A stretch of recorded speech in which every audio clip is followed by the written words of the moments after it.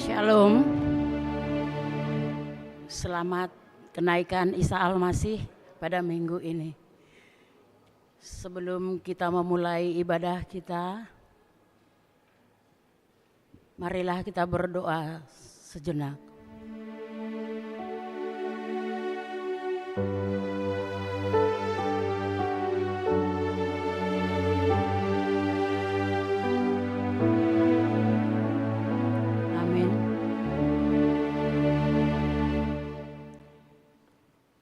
Jemaat yang dikasihi Tuhan Yesus Kristus, hari ini kita bersuka cita merayakan pesta peringatan kenaikan Tuhan Yesus ke surga. Hari peringatan ini meneguhkan pengharapan kita bahwa bukan dunia ini akhir perjalanan orang yang percaya kepadanya, melainkan di surga. Karena itu, mari kita menyaksikan.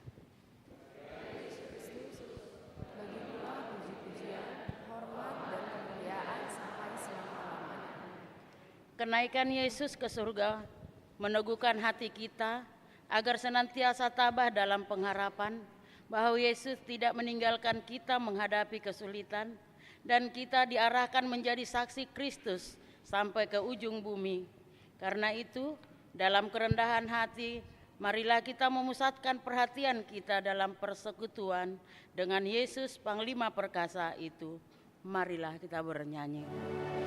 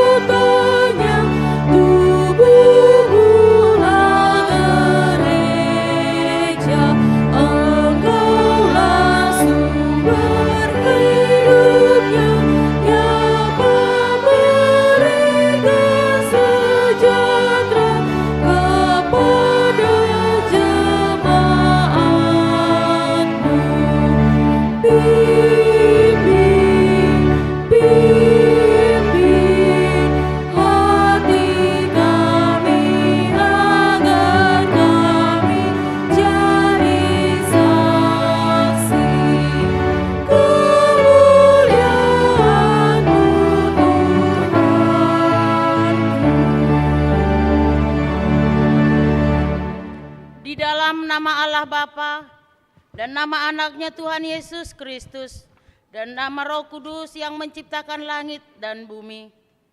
Amin.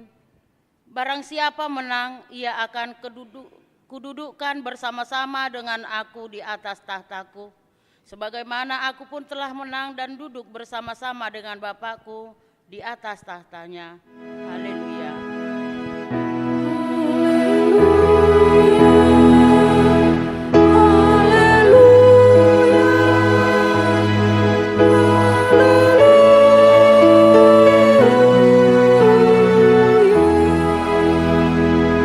Marilah kita berdoa. Ya Tuhan Allah yang Maha Kuasa, teguhkanlah iman kami mempercayai anak-Mu yang tunggal, Juru Selamat kami yang naik ke surga, supaya kami mengingat hal-hal yang surgawi di dalam anak yang Kau cintai, Tuhan Yesus Kristus Tuhan kami. Amin. Kita bernyanyi.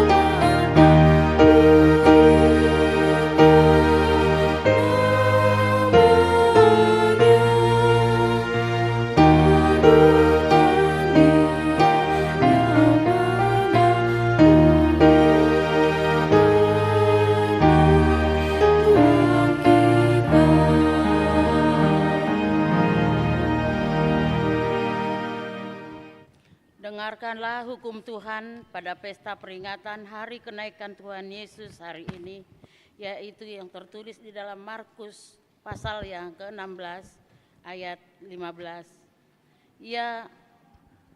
Lalu ia berkata kepada mereka, "Pergilah ke seluruh dunia, beritakanlah Injil kepada segala makhluk." Demikian hukum Tuhan. Marilah kita meminta kekuatan dari Tuhan untuk melakukan hukum-Nya. Ya Tuhan Allah, kuatkanlah kami untuk melakukan yang sesuai dengan hukum-Mu. Amin. Kita bernyanyi.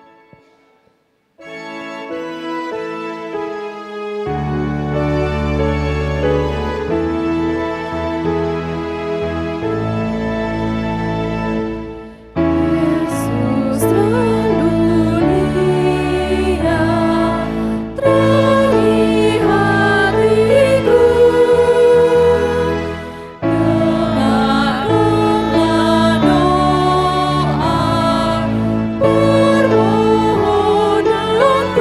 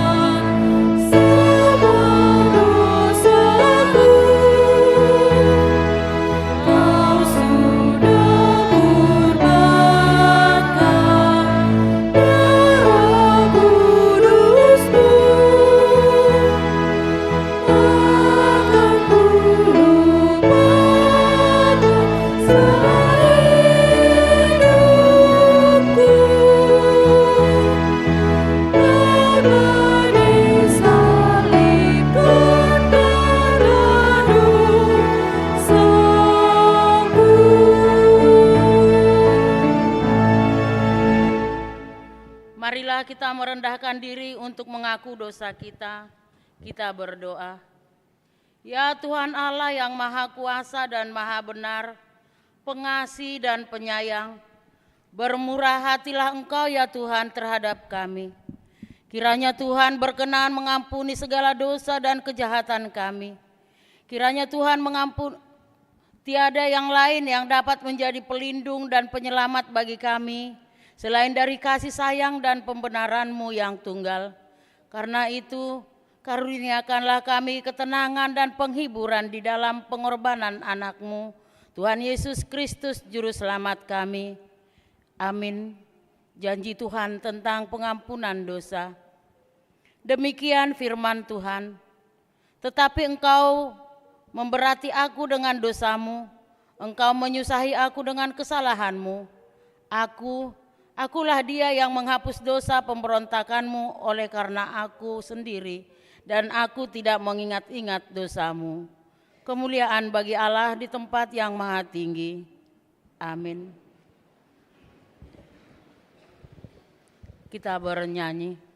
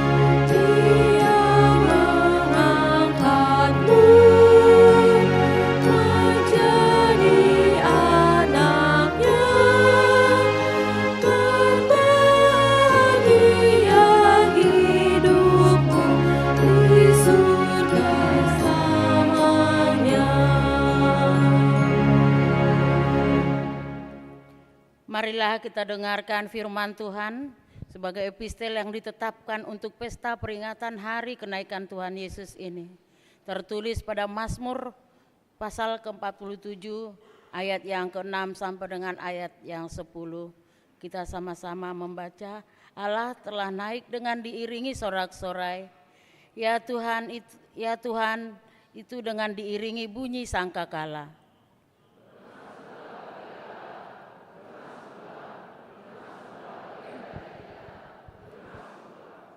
Sebab Allah adalah Raja seluruh bumi, bermazmurlah dengan nyanyian pengajaran.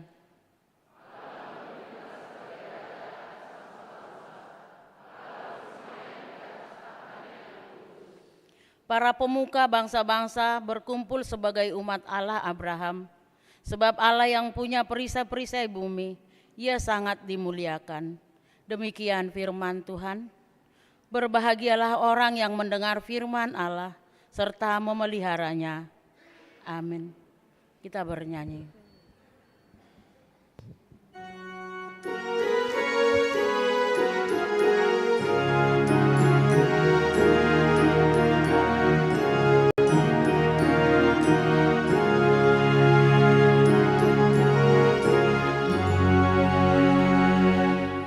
Yesus kau naik ke negeri bapa, Kaulah Yesus Tuhan kami taat sampai mati, tuntun umat-Mu masuk surga.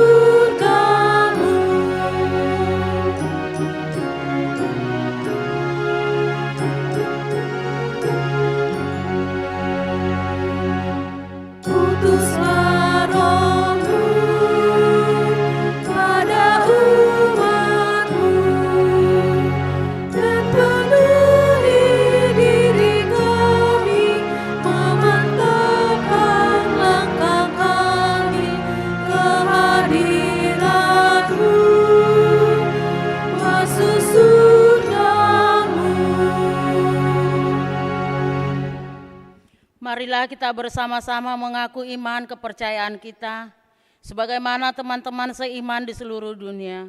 Kita bersama-sama mengucapkannya. Aku percaya kepada Allah Bapa, Khalik langit dan bumi. Aku percaya kepada Yesus Kristus, anaknya yang tunggal Tuhan kita, yang dikandung daripada Roh Kudus, lahir dari anak darah Maria, yang menderita sengsara di bawah pemerintahan Pontius Pilatus, disalibkan, mati dan dikuburkan, yang turun ke dalam kerajaan maut. Pada hari yang ketiga, bangkit pula dari antara orang mati, naik ke surga, duduk di sebelah kanan Allah, Bapa yang Maha Kuasa. Dari sana akan datang kelak untuk menghakimi orang yang hidup dan yang mati. Aku percaya kepada Roh Kudus dan adanya satu gereja yang kudus, persekutuan orang kudus, pengampunan dosa, kebangkitan daging, dan hidup yang kekal. Amin. Mari kita dengarkan lagu pujian dari Ina Kamis, dilanjutkan dengan Ina Esther.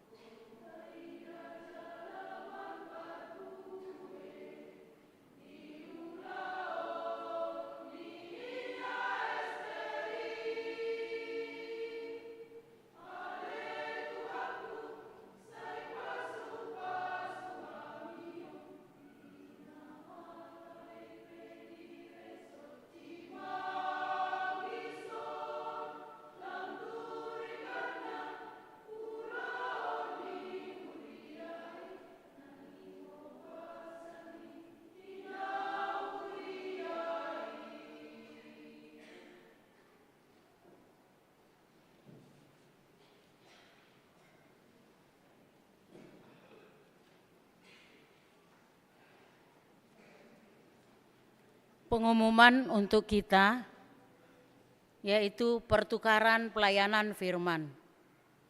Pada hari Minggu tanggal 12 Mei 2024, HKBP Distrik 28 Deboskap akan mengadakan pertukaran pelayanan firman.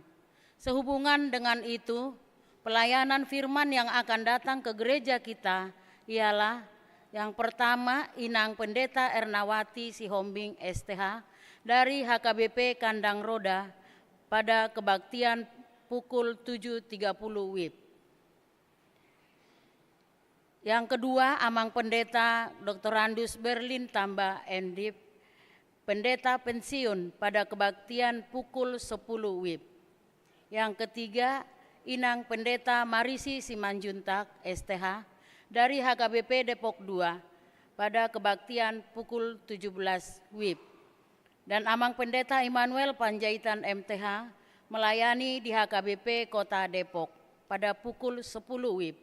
Dan Amang Pendeta Esron Tampu Bolon MTH melayani di HKBP Kalimulia pada pukul 9 WIB. Demikian pengumuman untuk kita hari ini. Mari kita dengarkan lagu pujian dari Punguan Ama Jeriko dilanjut dengan Ama Salom.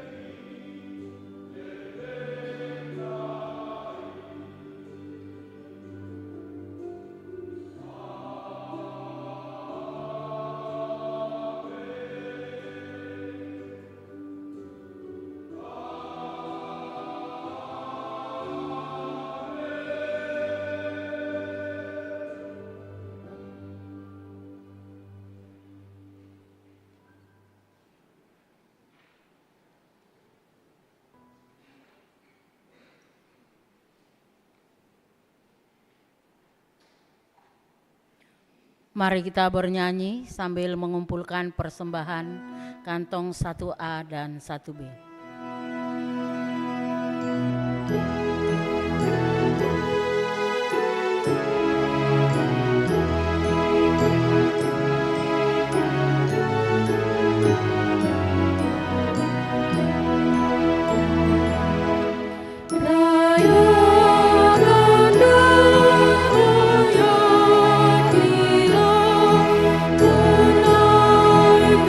Tuhan Yesus,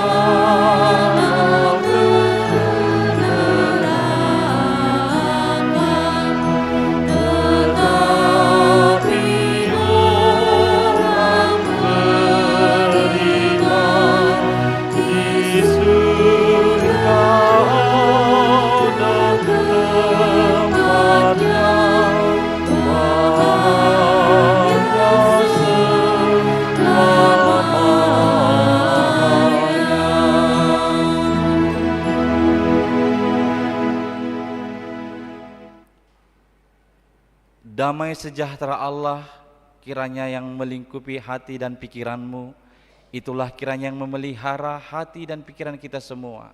Hai dalam Yesus Kristus Juru Selamat kita. Amin. Shalom, selamat hari kenaikan Tuhan Yesus Kristus bagi kita. Bapak Ibu saudara-saudari, kita akan menerima firman yang dialaskan dalam Injil Lukas pasal 24 ayat 44 sampai dengan ayat 53. Beginilah bunyinya. Ia berkata kepada mereka, inilah perkataanku yang telah kukatakan kepadamu ketika aku masih bersama-sama dengan kamu, yakni bahwa harus digenapi semua yang ada tertulis tentang aku dalam kitab Taurat Musa dan kitab Nabi-Nabi dan kitab Mazmur. Lalu ia membuka pikiran mereka sehingga mereka mengerti kitab suci. Katanya kepada mereka, ada tertulis demikian, Mesias harus menderita dan bangkit dari antara orang mati pada hari yang ketiga. Dan lagi dalam namanya berita tentang pertobatan dan pengampunan dosa harus disampaikan kepada segala bangsa, mulai dari Yerusalem. Kamu adalah saksi dari semuanya ini. Dan aku akan mengirim kepadamu apa yang dijanjikan Bapakku. Tetapi kamu harus tinggal di dalam kota ini sampai kamu diperlengkapi dengan kekuasaan dari tempat tinggi. Lalu Yesus membawa mereka keluar kota sampai dekat Betania. Di situ ia mengangkat tangannya dan memberkati mereka. Dan ketika ia sedang memberkati mereka, ia berpisah dari mereka dan terangkat ke sorga. Mereka sujud menyembah kepadanya. Lalu mereka pulang ke Yerusalem dengan sangat bersukacita. Mereka senantiasa berada di dalam bait Allah dan memuliakan Allah. Sampai di sana pembacaan firman Tuhan. Jemaat yang dikasihi oleh Tuhan Yesus Kristus, setiap ada pertemuan pastilah ada perpisahan. Berbicara tentang perpisahan, perasaan sedihlah yang senantiasa menjadi pasangannya. Apalagi kalau harus terpisah dari orang-orang yang kita sayangi. Apakah itu orang tua kita, kerabat, saudara, sahabat kita, kekasih, teman sekolah, atau rekan sekerja kita. Bagi orang Batak, terpisah dari sahabat itu sangatlah menyedihkan. Itu termaktub dalam sebuah upasa Batak, manuk ni pialangge hotek-hotek lau marpira, sirang maraleale lubianan matian in. Kehilangan sahabat itu melebihi kehilangan seorang ibu. Sedemikianlah perpisahan biasanya mengakibatkan kesedihan, mengakibatkan tangis. Namun pada hari ini, pada peristiwa terangkatnya Yesus ke sorga, kita mau mendengar sebuah kesaksian bahwa murid-murid Yesus berpisah dengan Yesus yang terangkat ke sorga, namun mereka pulang dengan sangat bersukacita. Ini perlu kita garis bawahi, mereka pulang dengan sangat bersukacita. Tidak hanya bersukacita, tapi disematkan preferensi kata sangat bersukacita. Berarti bukan sukacita yang biasa. Maka pertanyaan bagi kita ini, kenapa? Mengapa mereka melawan kebiasaan yang kita alami? Kebiasaan yang kita alami, perpisahan akan mengakibatkan kesedihan dan tangis. Tetapi perpisahan oleh Yesus dengan murid-muridnya, mengapa disebutkan mereka pulang sangat bersukacita? Padahal kalau kita mengingat perpisahan Yesus dengan murid yang pertama sekali, yaitu ketika Yesus mati, murid-murid itu sangat berduka cita. Mereka khawatir dan ketakutan. Sampai-sampai mereka bersembunyi, mereka kehilangan semangat. Berbeda dengan perpisahannya yang kedua ini, ketika Yesus terangkat ke surga. Ini ada apa? Atau apa yang menjadi alasan mereka sehingga dapat bersuka cita? Bapak, Ibu, saudara-saudari, hal itulah yang akan kita lihat bersama-sama melalui teks Lukas 24 ayat 44 sampai 53 ini. Namun sebelumnya adalah lebih baik bagi kita untuk disegarkan kembali ingatan dan pemahaman peristiwa terangkatnya Yesus ke sorga. Kapan itu terjadi, di mana itu terjadi, dan mengapa atau apa tujuan Yesus terangkat ke sorga. Yang pertama, kapan itu terjadi? Kalau kita membaca Lukas, seolah-olah ketika Yesus bangkit, dia menampakkan diri ke murid-murid, lalu dia terangkat ke sorga. Tapi kalau kita baca pemberitaan Lukas di kitabnya yang lain, yaitu Kisah Para Rasul, di sana kita temukan Kisah Para Rasul pasal yang pertama ayat yang ketiga. Di sana jelas disebutkan bahwa Yesus terangkat ke sorga itu 40 hari setelah kebangkitannya. Jadi setelah Yesus bangkit dari kematian, dia masih tinggal di bumi ini, menampakkan diri beberapa kali kepada banyak orang, kepada murid-muridnya, kepada perempuan-perempuan, kepada orang lain. Selama 40 hari Yesus masih tinggal di bumi ini. Baru setelah itulah dikabarkan bahwa Yesus terangkat ke sorga. Lalu di mana itu terjadi? Lukas menyebutkan mereka keluar kota sampai dekat Betania.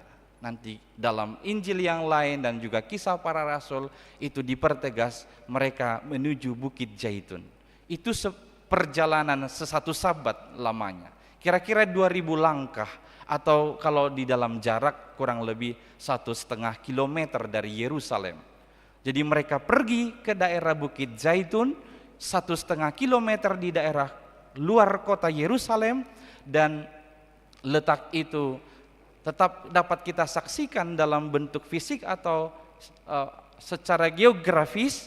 Kita boleh lihat di peta, kita boleh lihat buktinya. Kalau Amang dan Inang punya kesempatan jalan-jalan ke Yerusalem, di sana nanti bisa melihat ada sebuah batu yang disebut sebagai peringatan.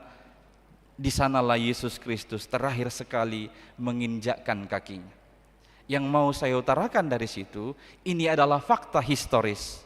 Bukan khayalan dari murid-murid, bukan dongeng rekayasa dari orang percaya, tapi itu fakta historis benar-benar terjadi dalam sejarah dunia, dan buktinya masih bisa ditelusuri. Maka peristiwa terangkatnya Yesus ke sorga itu adalah satu hal yang menjadi bagian penting dari peristiwa kematian sampai kepada kebangkitan Tuhan Yesus Kristus. Kemudian apa tujuannya Yesus terangkat ke sorga? Bukankah lebih baik dia ada bersama-sama kita di bumi ini, sehingga kalau dia bertemu dengan orang sakit langsung dia sembuhkan, ada orang mati langsung dia bangkitkan, ada persoalan perang antar negara yang terjadi sampai saat ini dia bisa damaikan. Bapak, Ibu, saudara-saudari, tujuan Yesus Kristus terangkat ke sorga yang pertama sekali adalah guna menggenapi nubuatan tentang Mesias yang ada di dalam perjanjian lama dan seluruh kitab suci. Jadi Yesus terangkat ke sorga itu adalah penggenapan nubuatan. Penggenapan apa yang disampaikan oleh para nabi tentang datangnya Mesias atau juru selamat bagi dunia ini. Dan kemudian guna atau tujuan Yesus terangkat ke sorga yang sangat penting bagi kita adalah menyediakan tempat bagi orang-orang percaya. Dalam Yohanes pasal 14 ayat 1 sampai dengan ayat 3, di sana kita bisa baca bahwa Yesus terangkat ke sorga untuk mempersiapkan tempat bagi kita orang-orang yang percaya. Maka ini adalah alasan mengapa kita sekarang harus merayakan ini atau menyebut ini sebagai sebuah pesta, karena bagi kita telah disediakan tempat oleh Yesus Kristus di sorga. Lalu yang berikut, tujuan Yesus terangkat ke sorga adalah supaya roh penghibur atau Roh Kudus turun ke bumi. Dalam Yohanes 16, saya bacakan buat kita semuanya. Yohanes 16 ayat yang ke-7, di sana disebutkan, namun benar yang kukatakan ini kepadamu, adalah lebih berguna bagi kamu jika aku pergi. Sebab jikalau aku tidak pergi, penghibur itu tidak akan datang kepadamu. Tetapi jikalau aku pergi, aku akan mengutus dia kepadamu. Yesus pergi terangkat ke sorga, dia akan mengutus penghibur. Itu adalah Roh Kudus. Kalau Yesus tidak terangkat ke sorga, Roh Kudus tidak datang ke bumi, maka gereja tidak akan ada. Maka untunglah Yesus naik ke sorga, sehingga Roh Kudus turun ke bumi, dan gereja terbentuk, kita termasuk di dalamnya. Menjadi orang-orang yang percaya dan yang diselamatkan. Bapak, Ibu, saudara-saudari yang terkasih, biarlah ini clear bagi kita untuk benar-benar paham dan disegarkan tentang peristiwa terangkatnya Yesus ke sorga. Karena dengan demikian kita nanti akan dengan mudah memahami mengapa murid-murid bisa pulang dengan sangat bersukacita walau mereka berpisah dengan Tuhan Yesus Kristus. Dan harapannya hari ini juga Bapak Ibu sekalian boleh pulang dengan sangat bersukacita setelah merayakan pesta peringatan kenaikan Yesus terangkat ke sorga. Maka ada 3 alasan yang bisa saya tunjukkan mengapa murid pulang dengan sangat bersukacita. Alasan yang pertama, karena mereka telah dibuat mengerti tentang kitab suci. Kita tahu dalam perjanjian lama, kitab suci itu sering dikenal dengan Taurat, kitab nabi-nabi, kemudian kitab Mazmur atau hikmat atau syair yang sering disebut dengan kitab Ketubim. Taurat, nabi-nabi, dan Ketubim. Dalam 3 bagian besar kitab ini kita melihat bahwa Allah menyaksikan Dia datang dan akan mengutus seorang Mesias untuk menyelamatkan bumi ini. Itu semua disingkapkan atau disempurnakan hanya di dalam Tuhan Yesus Kristus. Pengertian akan itulah yang sudah diberikan kepada murid-murid. Itu sebabnya kalau kita baca tadi di ayat 44, Yesus terlebih dahulu membuat murid-murid mengerti tentang isi kitab suci.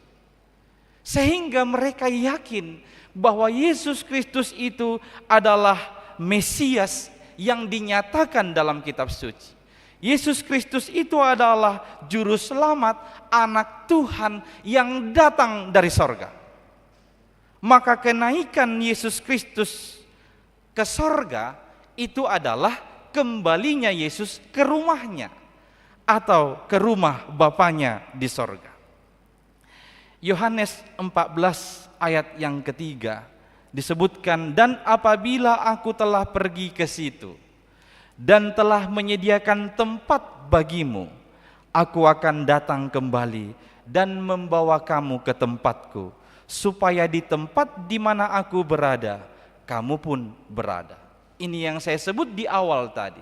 Yesus naik ke sorga untuk menyediakan tempat bagi orang-orang yang percaya, supaya di mana Dia berada, kita pun berada. Bukankah ini yang kita rindukan dalam keberimanan kita? Supaya kita bisa bersama-sama dengan Dia di sorga kelak.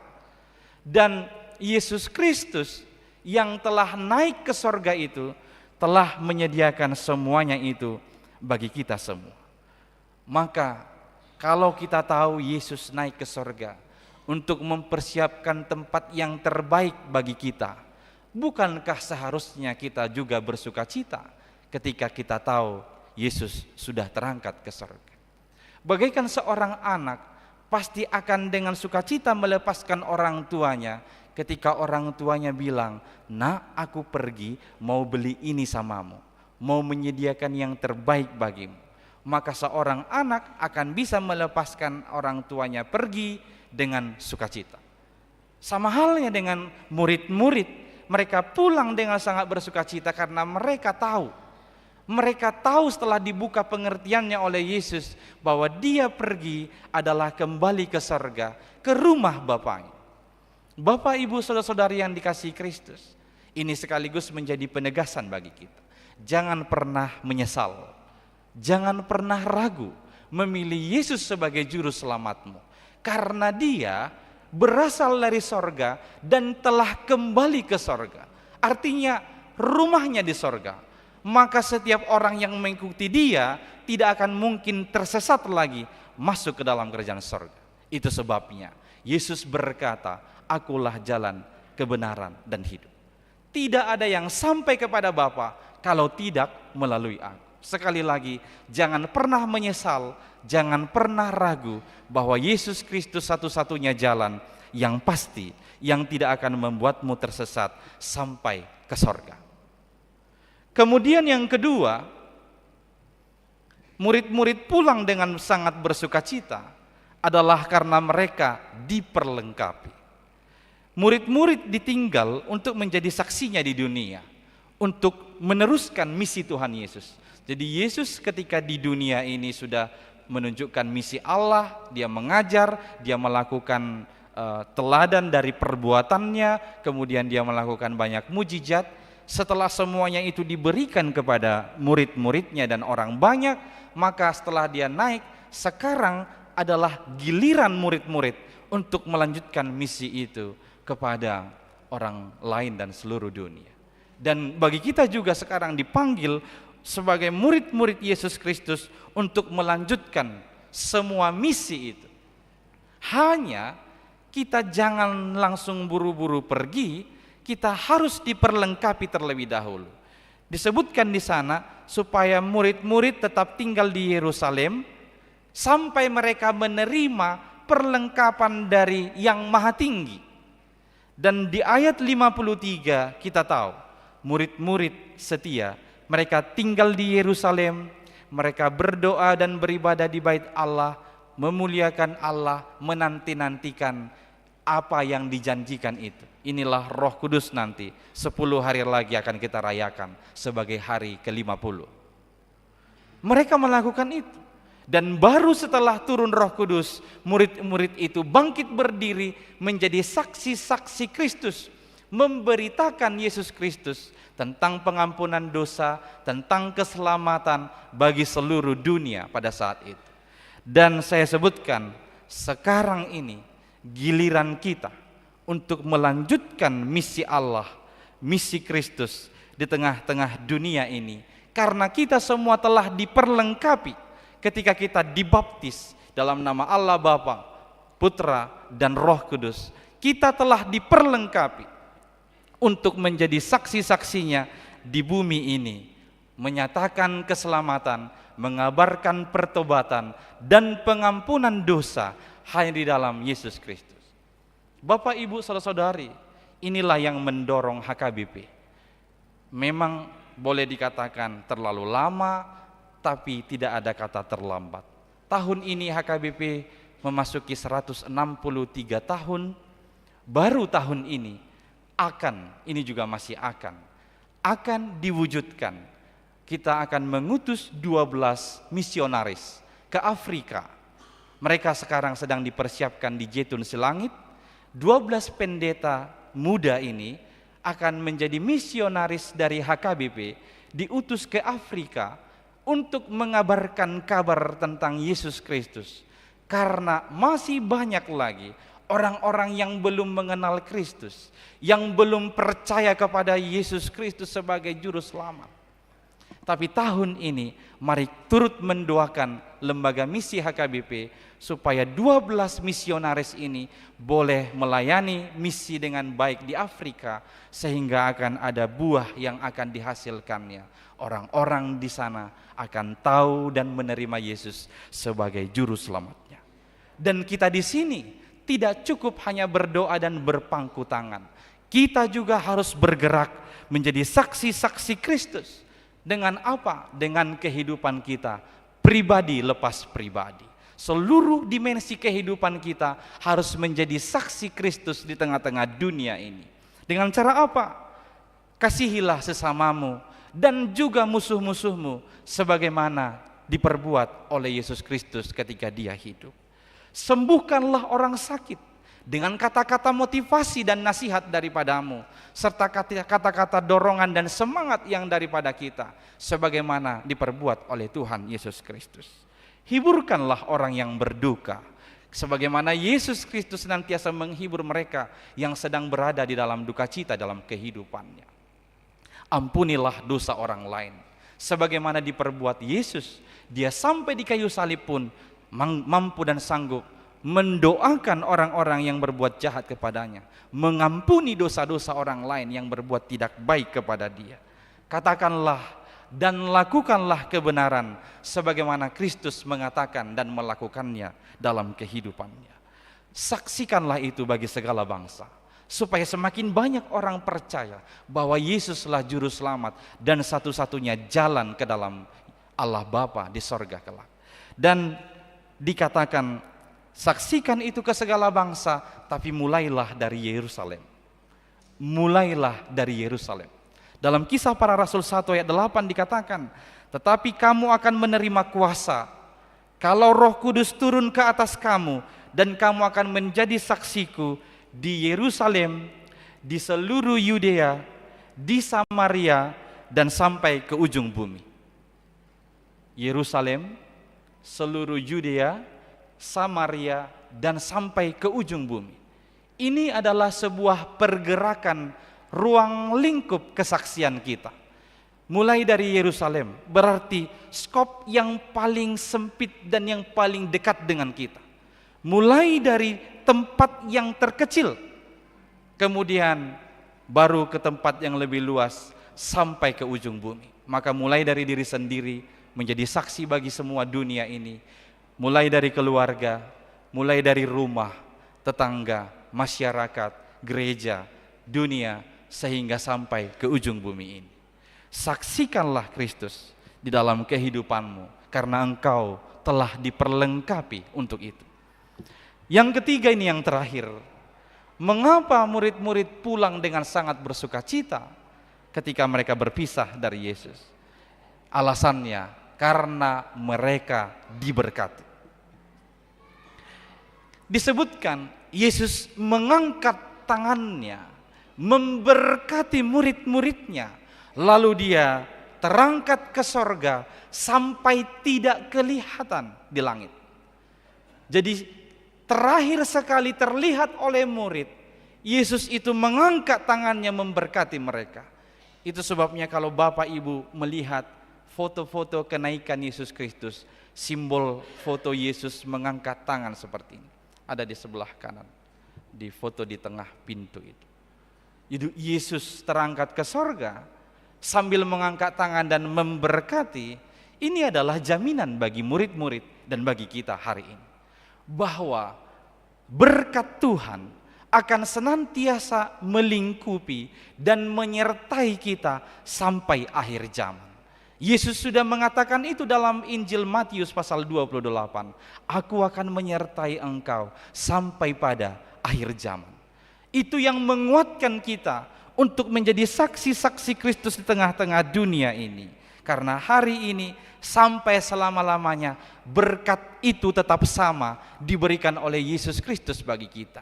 Berkat yang dahulu bisa mengubah air menjadi anggur pada sebuah pesta perkawinan di Kana. Berkat yang sama akan tetap diberikan Tuhan kepadamu, supaya engkau pun tidak akan mendapat malu dalam setiap perjalanan kehidupanmu. Berkat yang dulu diberikan untuk menyembuhkan banyak orang sakit, berkat yang sama hingga hari ini juga diberikan Tuhan kepadamu untuk menyembuhkan segala penyakitmu, segala penyakit orang-orang anggota keluargamu atau orang-orang yang engkau kasihi di sekelilingmu. Berkat yang dulu membangkitkan orang mati, itu juga berkat yang sampai hari ini diberikan kepadamu, sehingga engkau dijanjikan kehidupan yang kekal, kini saat ini di bumi ini, dan nanti di sorga kelak, di dalam kehidupan yang selama-lamanya. Akhirnya, Tuhan Yesus telah terangkat ke sorga, mempersiapkan tempat bagiku, bagimu, bagi kita semua. Pulanglah dengan sangat bersukacita dan saksikanlah Yesus dalam hidupmu. Amin. Kita berdoa. Terima kasih ya Tuhan Allah atas kesaksian firman-Mu yang kami dengar pada hari ini. Mengingat peristiwa kenaikan anak-Mu Yesus Kristus ke sorga telah memberikan jaminan kepada kami bahwa tempat kami di sorga telah disediakan dan kehidupan yang kekal telah terjamin bagi setiap orang yang percaya, yang sungguh-sungguh mengikuti Engkau sepanjang masa, maka dia akan mendapatkan keselamatan itu. Ya Tuhan, kami rindu semua kami umat-Mu yang hadir pada saat ini atau yang mendengar firman ini lewat live streaming, biarlah semua kami juga dapat masuk ke dalam sorga dan memperoleh kehidupan yang kekal itu. Ajarlah kami untuk setia, boleh tinggal di bumi ini menjadi saksi-saksi-Mu yang hidup lewat seluruh dimensi kehidupan kami. Biarlah setiap perkataan, pikiran, perbuatan kami menyaksikan kebenaran-Mu, menyaksikan Yesus Kristus Sang Juru Selamat itu. Ya Tuhan, oleh Roh Kudus-Mu, perlengkapi kami semua umat-Mu untuk menjadi saksi-saksi-Mu yang hidup di tengah-tengah dunia ini. Kami mulai dari diri kami sendiri, dari keluarga kami, dari lingkungan kami, dan dari masyarakat di mana kami tinggal, di gereja di mana kami berjemaat, dan di negara di mana kami tinggal. Biarlah kiranya kehidupan kami ini senantiasa menjadi saksi-saksi Kristus. Ya Tuhan Allah, biarlah hari ini kami dengan seluruh umat-Mu pulang dengan sangat bersukacita ketika kami tahu Yesus Kristus telah terangkat ke sorga.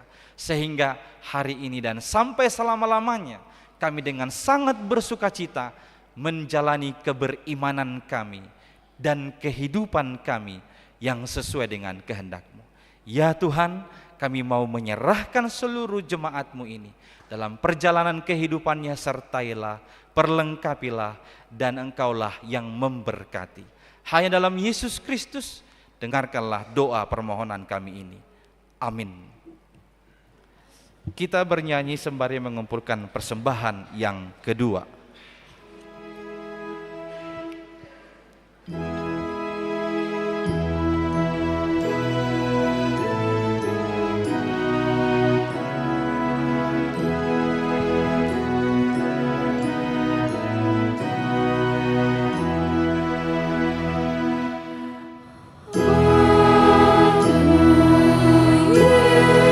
Yesus, surga.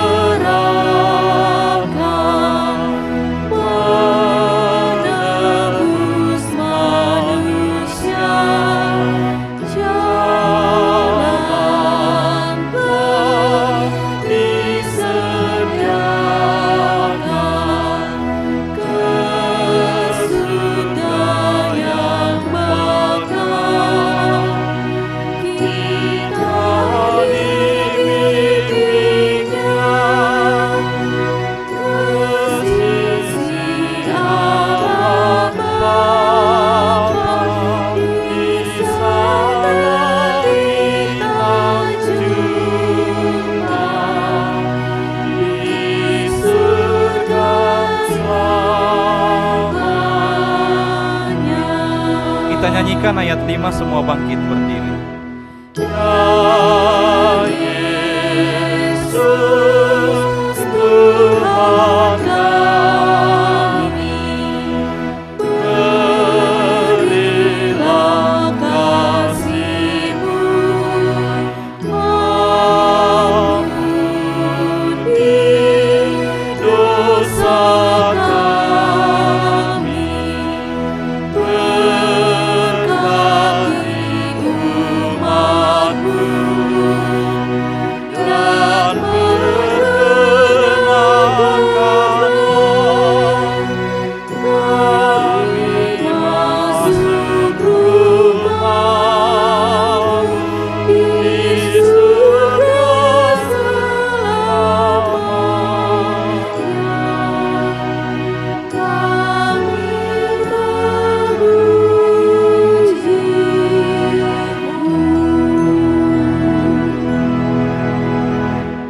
Marilah kita berdoa untuk menyerahkan persembahan kita kepada Tuhan.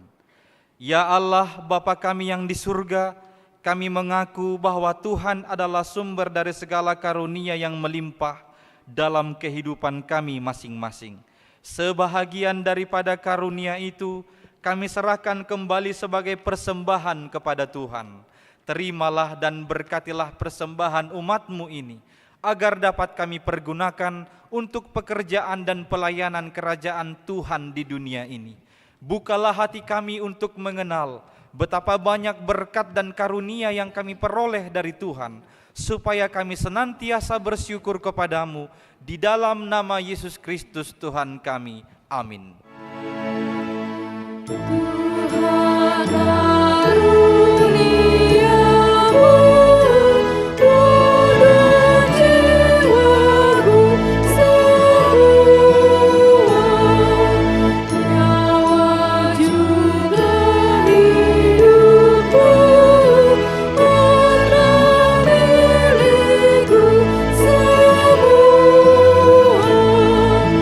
Ku serahkan padamu untuk selama-lamanya.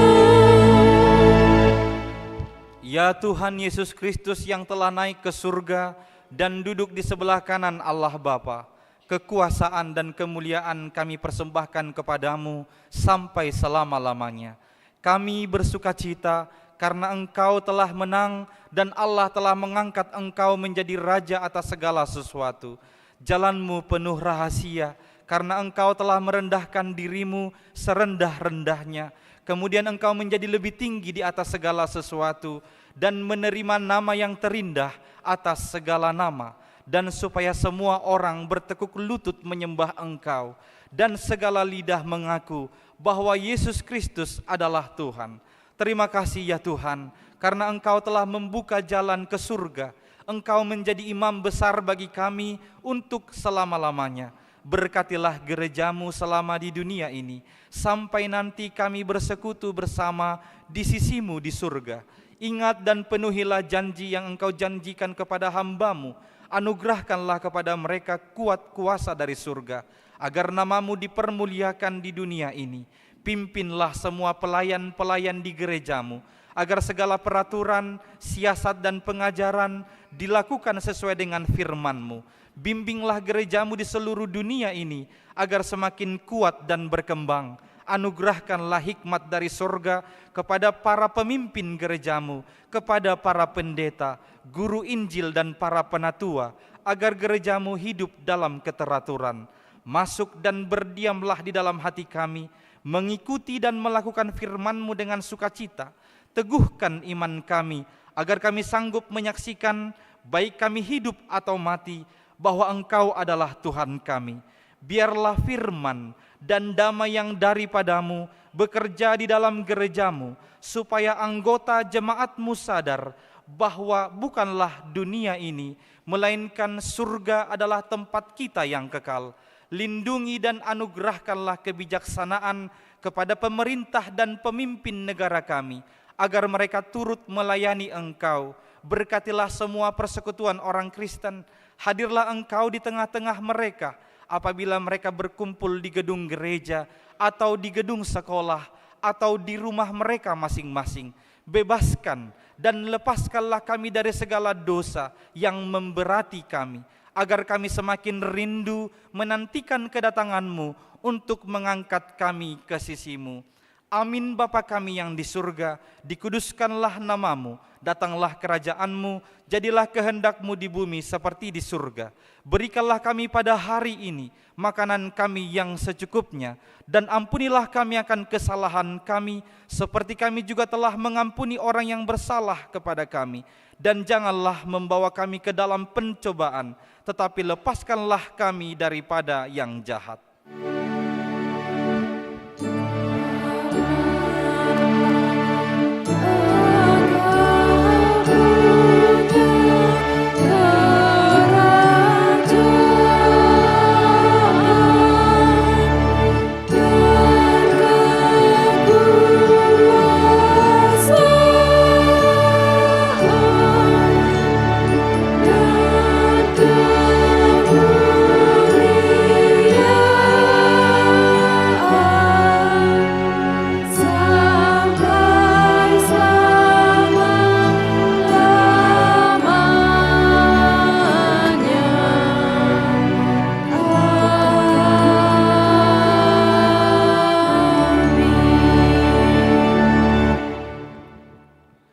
Tuhan memberkati engkau dan melindungi engkau. Tuhan menyinari engkau dengan wajah-Nya dan memberi engkau kasih karunia. Tuhan menghadapkan wajah-Nya kepadamu dan memberi engkau damai sejahtera.